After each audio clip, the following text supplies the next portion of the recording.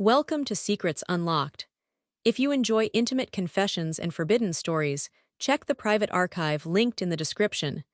Subscribe, settle in, and enjoy the story. "What do you mean you've never even kissed a girl?" said Jordan. Miles stumbled and caught himself on a low branch. "Just what I said," he replied, shaking his hand. The bark had scratched him. Jordan stopped in the middle of the path and turned to look at him. "How old are you again?" Miles squinted in Jordan's flashlight glare. "You know I'm 18. "Yeah, I know that. I just can't figure out how the hell it can be true after what you just told me. Never kissed a girl, not once, seriously." "There's nothing wrong with it," Miles said. He hitched his jacket up higher. It was a warm June night, but he wore it out of habit. A breeze stirred the trees, but other than that the woods were quiet. "I'm just waiting for the right girl." "We're not talking about marrying the damn girl," said Jordan. "We're just talking about rounding first. How right does she have to be?" Jordan continued down the path. Miles almost had to jog to keep up. Jordan was much taller and his long legs kept him in the lead. Miles could have moved faster if he hadn't left the other flashlight behind, but as it was he had to step carefully in the dark. The moon was full, but little light broke through the trees. "I'm fucking well embarrassed for you," Jordan said. "Wait, does this mean you're gay?" "No," said Miles. Jordan stopped again. "Dude, if you're gay you can tell me, I'm fine with it, I don't think." "No, I am not gay," said Miles. Okay, would have made more sense if you were. Hey, what about Penny Drewer?" Miles ducked under another low branch. "We were never actually dating. She just told people that so that the football team would stop hitting on her." "For real, why didn't you say anything?" Miles frowned. "Why the hell would I? People thought I was dating Penny Drewer." Jordan laughed. "Miles, we have to fix this. You can't start your senior year of high school this way. You'll grow up to be a serial killer or something." Miles' jacket caught on a manzanita bush, and he had to stop to make sure it didn't rip. "Are you going to tell me why we're out here?" "Because it's Midsummer's Eve," said Jordan. Miles stopped. "What the hell does that mean?" "No idea," said Jordan. "All I know is that Catherine Fry and her friends are having a bonfire party out here tonight, and she wanted us to come." "Catherine Fry," said Miles. "That girl who tried to sue the school to break up Mrs. Fredinini's prayer circle because she said it infringed on her rights as a pagan." "That's her. She's nuts." "And she's a looker," said Jordan, grinning. "We have summer school together. She told me at lunch that it's Midsummer's Eve and her friends are gonna be out here talking to the spirits of the solstice." "What does that mean?" "Fuck, I dunno, some Wiccan crystal-waving shit. When she talks about that king of thing I mainly just nod. She said they needed some primal male energy to balance out the gathering." He slapped Miles on the shoulder. "You hear that? Primal male energy. These girls wanna get primal, Miles." Miles groaned. "If you told me what we were doing I'd have stayed home." "That's why I didn't tell you, and you're lucky I didn't. Never kissed a girl, damn." He shook his head. "I blame myself. We need to get you out of the house more. Just follow my lead tonight." "I'm not interested in Catherine." "You better not be, she's mine. But there'll be plenty of girls here. Some of them are even college girls." Miles stopped to catch his breath.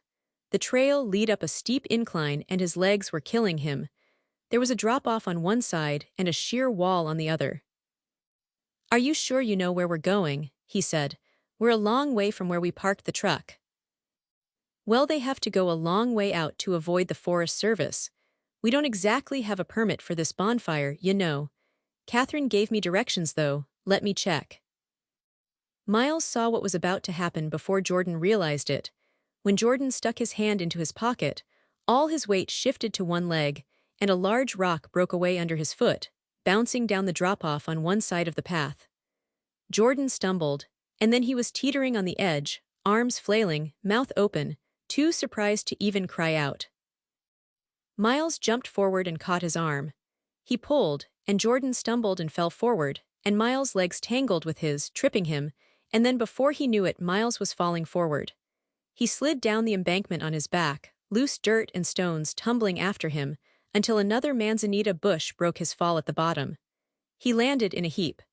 Jordan's flashlight landed next to him a second later. He heard Jordan's voice from the top. "Miles, shit Miles, are you okay? Can you hear me?" Miles groaned. "Are you alive?" "This doesn't feel like rounding second," said Miles. "Are you hurt? Can you move?" Miles untangled himself from the bush and looked himself over. He was cut and bruised, and his jacket was shredded, but nothing was broken. "I'll live," he said. "I lost my flashlight," said Jordan. "Do you see a way up?" Miles picked up the flashlight. It was broken. "No," he said, "it's too dark down here." "Shit, I'll go back to the truck for the other light. Don't move, okay?" "I've moved enough for one night," said Miles. His head hurt. "Just wait, I'm going to get a light and find a way down."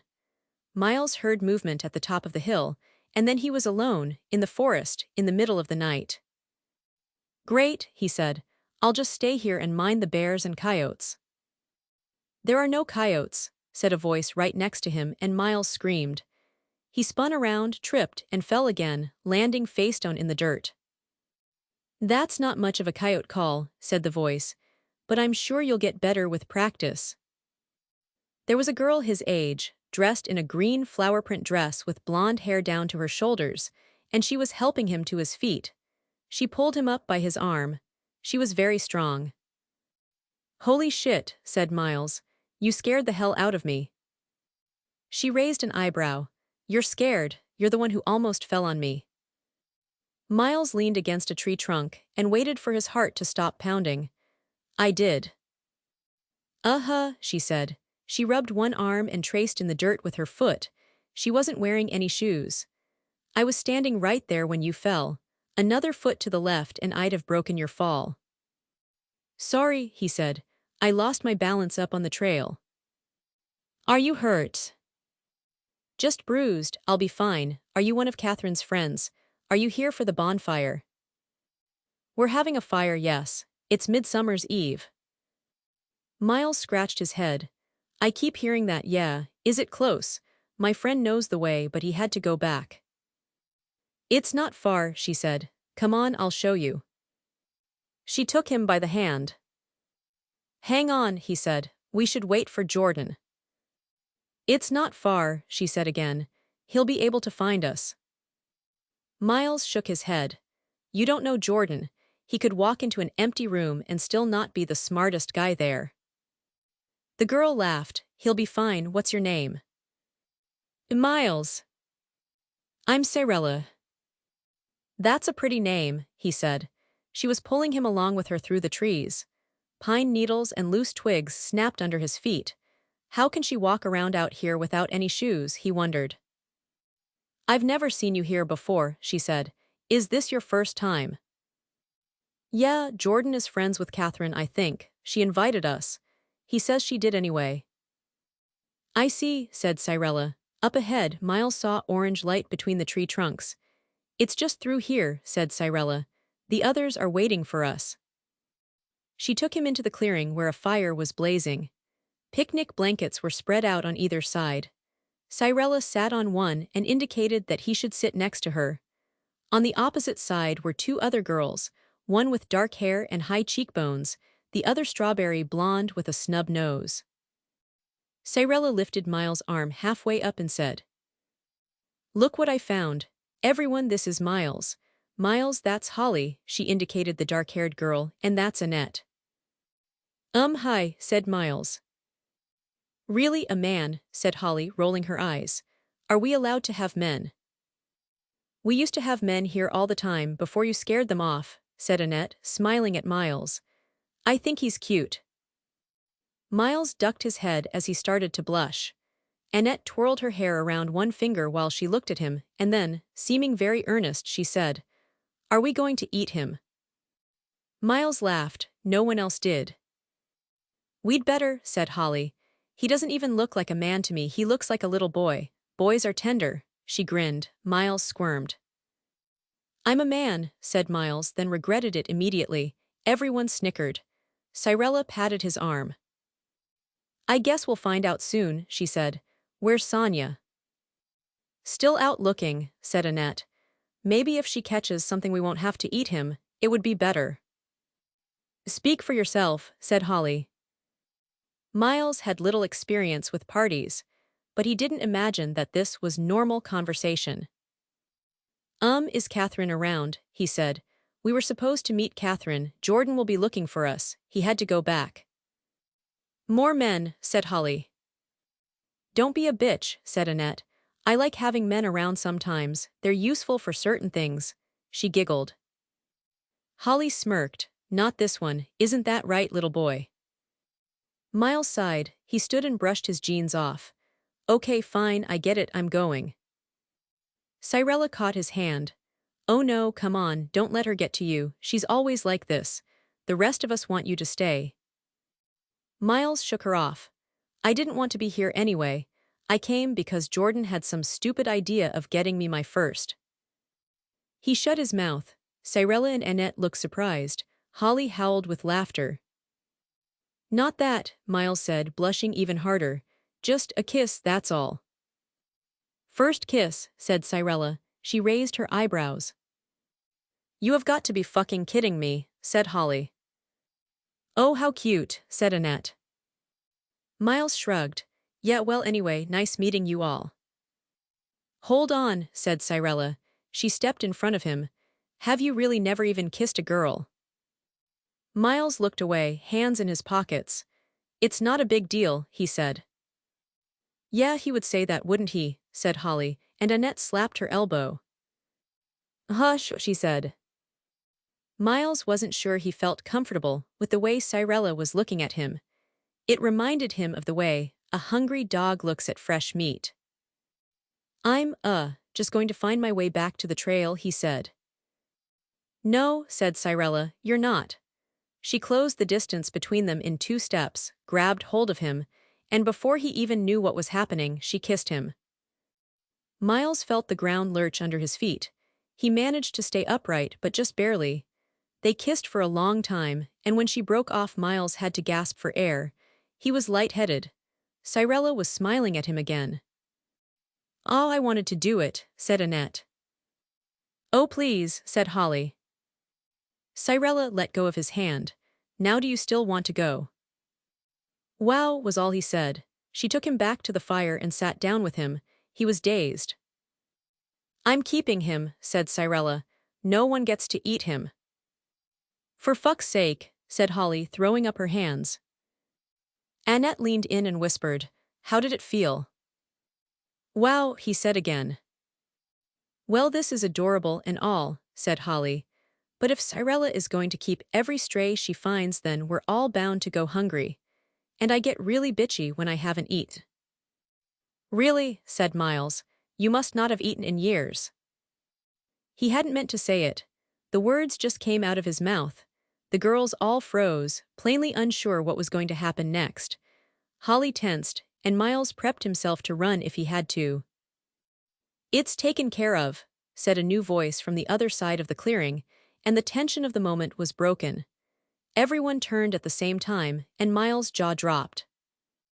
A very tall woman, older than the girls at the fire, entered the clearing. She had long black hair and an olive complexion. On top of that, she was leading a dappled brown doe into the clearing by hand, stroking its muzzle and singing to it under her breath. The deer's big black eyes blinked at the firelight. Miles was sure he must be seeing things. See, said Annette, I told you Sonia would catch something, and what a beautiful animal. I still want the kid instead, said Holly. I'll fight you for him, said Cyrella. She sounded serious. Holly flinched. Sonia led the deer to the fireside. Miles' mouth was still open. She didn't appear to notice him. He swallowed and tried to think of something to say. All he came up with was, You're not Catherine's friends, are you? They all looked at him. Annette giggled and shook her head. We're the daughters of the earth, said Cyrella. See, she held out her hand, and Miles saw 5 black spots making up the points of a pentagon on her palm. "What's that?" he said. "A sign," said Cyrella. The other girls showed him the same marks on their hands. Sonia said nothing, and still did not acknowledge him. "You'd better take your clothes off, Miles," Cyrella continued. "What? Your clothes off? What are you, white, huh?" "Come on, snap to it," said Cyrella. "If you so much as glance at me, I'll find out where you live," said Holly. Miles gaped more, then looked at the ground until Cyrella directed his gaze back up with her hand on his chin. "Miles," said Cyrella, "I meant right now." I don't think." Sonia looked at him for the first time. She frowned. Miles froze. Then he took off his shirt, hopping up and down to pull his pants off one leg at a time, followed by his remaining garments. "Thank God it's a warm night," he thought. "So, what's going on?" he said. "SHH," said Cyrella. She pointed to Sonia and the deer. Sonia put one hand on the animal's neck and one on its chest. The doe trembled but didn't run. "How does she do that?" said Miles. "Practice," said Cyrella. "Are we ready?" said Sonia. "Yes," said the girls in unison, making Miles jump. "This on Midsummer's Eve we give to the earth," said Sonia. "To the earth," repeated the girls. Miles mumbled along with them. Sonia pushed her face up to the doe's neck. Miles thought she was going to kiss it. Is this what Wiccans always do at parties, he wondered. Maybe it was a vegan thing. Then, as he watched, Sonia sank her teeth into the animal's neck and jerked her head away, ripping its throat out in one bite. "Jesus Christ," said Miles. Holly grabbed his wrist and squeezed so hard that he dropped to his knees. "Don't ever say that again," she said. He nodded and gasped, and she let go. The doe staggered and fell without a sound, legs twitching. Blood dripped from Sonia's mouth. She swallowed the hunk of flesh, then stuck her hand into the doe's wound and came out with a handful of raw, bloody venison. This she held out to Holly, who ate it from her fingers. Miles gagged. Definitely not vegan, he thought. Holly then tore a piece off of the carcass and fed it to Annette. Annette swallowed the raw meat, then kissed Holly's bloody fingers. Miles's stomach rolled over. Cyrella was holding him up again. The smell of blood was right under his nose. He realized that Annette was holding a bloody hand out to him now, offering something. He knew what it was. He shook his head, backing away. "Oh no," he said. "It's okay, really, I already ate. In fact, I just became vegetarian. Right this second." "Miles," said Cyrella, but he kept talking. I respect your, beliefs or whatever, but it's not for me. Really though, that's nice of you, I appreciate it, just, pass it on or something." Sonia looked at him. Blood was all over his mouth. "This is the Midsummer rite, it's a rite for hunters." "And if you're not the hunter," said Holly, licking her lips, "you're the hunted." There was blood on her teeth. Cyrella pushed Miles forward. "Miles, this is not optional," she whispered. "You're cute and all, but if you don't do this, you're next. My teeth aren't as sharp as Sonia's, but I'm sure I could get it over within one bite." He looked in her eyes. She was serious. His body debated whether this would be a good time to pass out. It apparently decided that the answer was no, which Miles wasn't sure he agreed with. He leaned forward, trying very hard not to think about what he was doing. Annette stuck her fingers in his mouth, something he normally would have enjoyed. But in this case, it was hard to ignore the sour stink of hot blood or the raw, slippery mass she pushed in. He swallowed, choked, gagged, and swallowed again. It tasted awful. "Good," said Cyrella. "Now the next part." Miles' legs wobbled as he approached the deer carcass. It was still twitching. After several seconds' hesitation, he stuck his hand into the torn throat. It was slippery, and he couldn't tear the meat free until Cyrella helped. She ate from his fingers without comment, and then Cyrella fed Sonia, finishing the circle. "We've observed the hunter's rite," said Sonia then. Let it remind us always of the true nature of life and the games we play with death. Feeling the tension build, thousands of more private stories are waiting in my exclusive archive. The link is in the channel description. She grabbed the deer by its haunch, and as Miles stared, dragged it away with one hand, into the brush and out of sight. Did any of that really just happen, he thought. Then he tasted the blood in his mouth again. Oh God, he thought, please don't hurl, please don't hurl. Cyrella stroked his arm and whispered in his ear again. You did fine, the first time is hard. That was really strange, he said. Is it over? The hard part is, she said. She kissed him again. Her lips tasted like blood. Who are you, he said. Who are all of your, what is this? We're just people most of the time. Don't ask so many questions, Miles, just try to enjoy yourself. Look, she pointed. Miles looked. Holly and Annette were sitting close together. Flickering orange light from the fire reflected off them. Miles turned away, feeling overwhelmed by the strange atmosphere of the clearing. Miles felt a pain in his shoulder. He cried out. Cyrella laughed in his ear. She'd bitten him hard enough to draw blood. What the hell, he said. Sorry, she said, kissing the other's shoulder. Sometimes we play rough, you don't mind, do you? Miles trailed off as Cyrella directed him to the other blanket, away from the rest of the group. Cyrella, he said. His voice sounded very loud all of a sudden. Yes, she whispered. I don't understand anything that's going on, he said. That's fine, she said. Just let your instincts take over.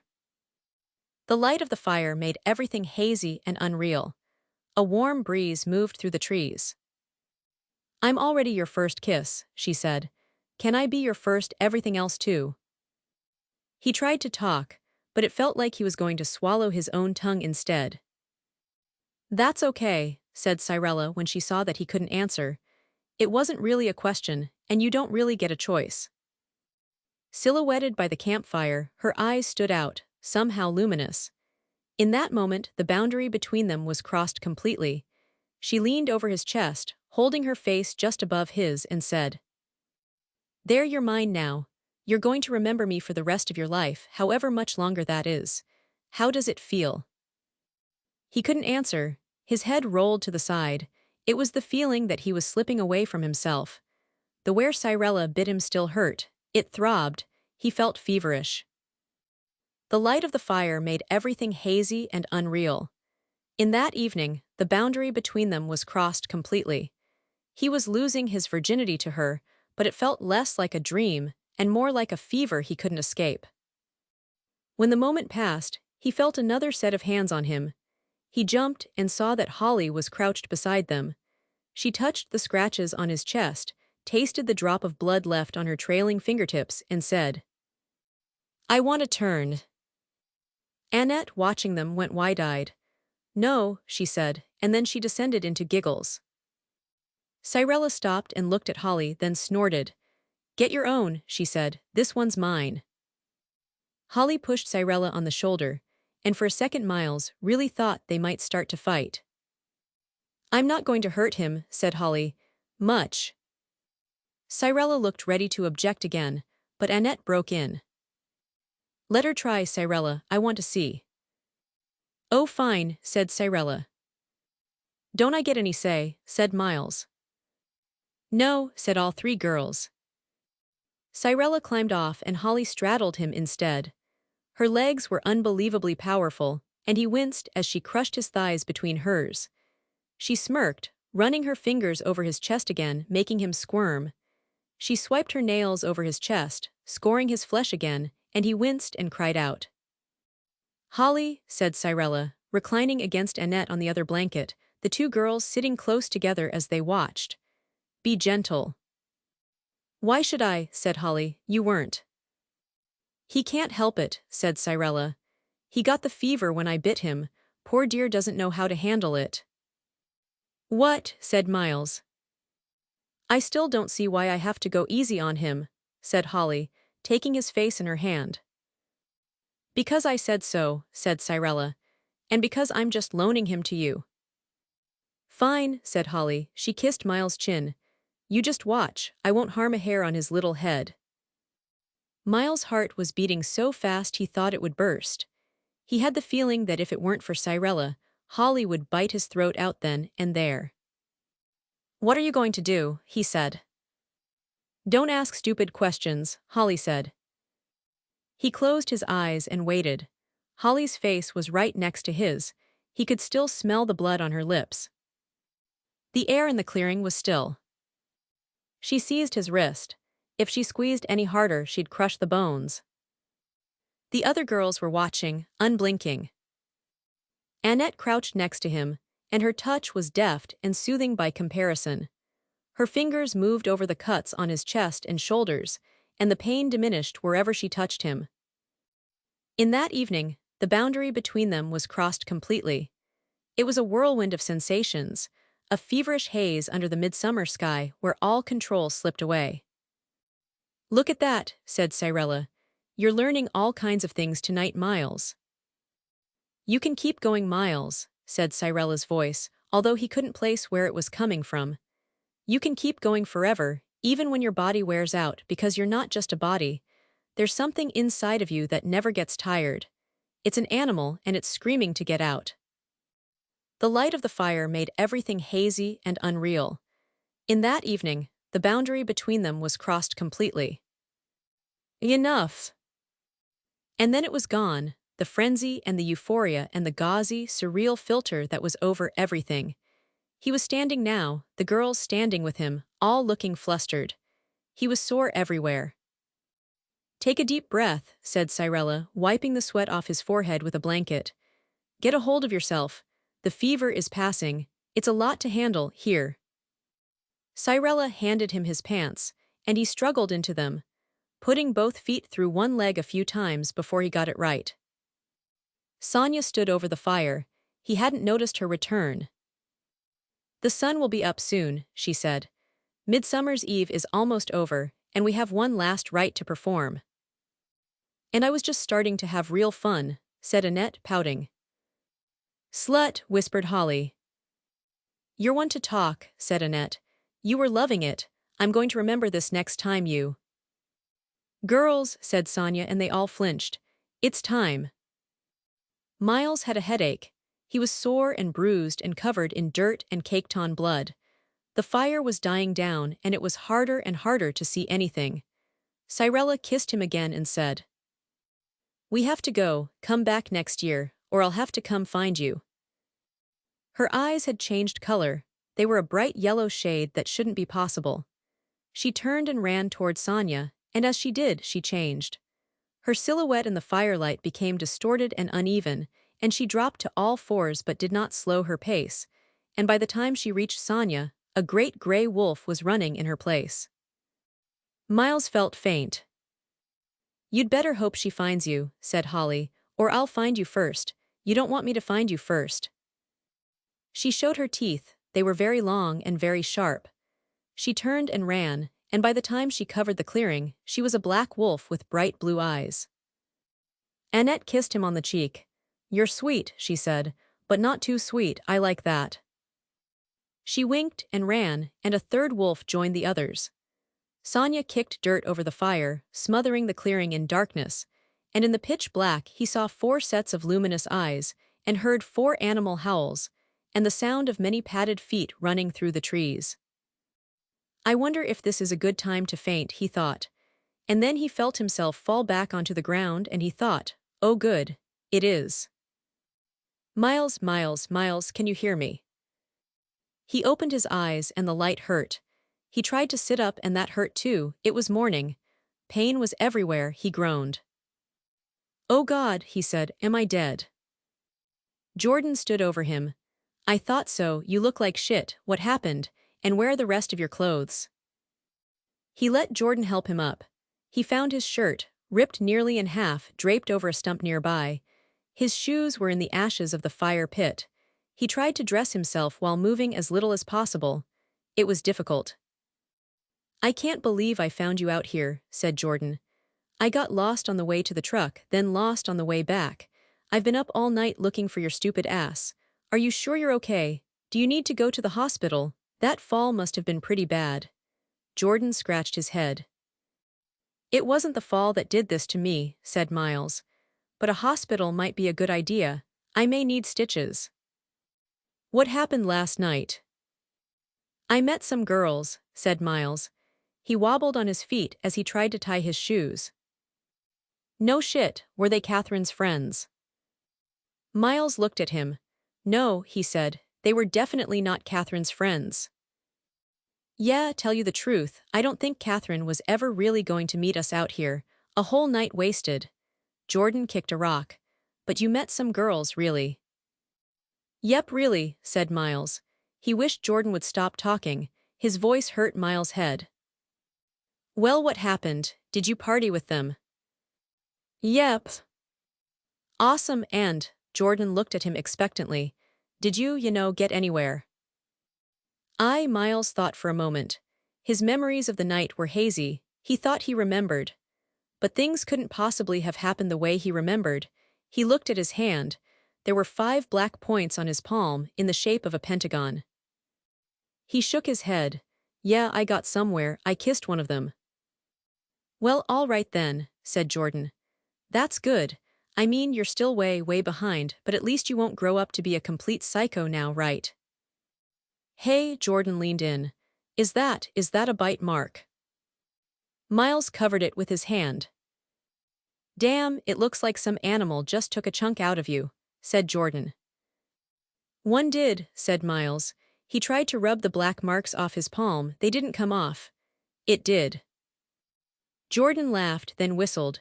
Wow, that must have been some kiss. Miles was quiet for a long time. Then he grinned and said, You have no idea. I hope you enjoyed this story. More intimate confessions are waiting in the private archive linked in the description. Subscribe for the next story.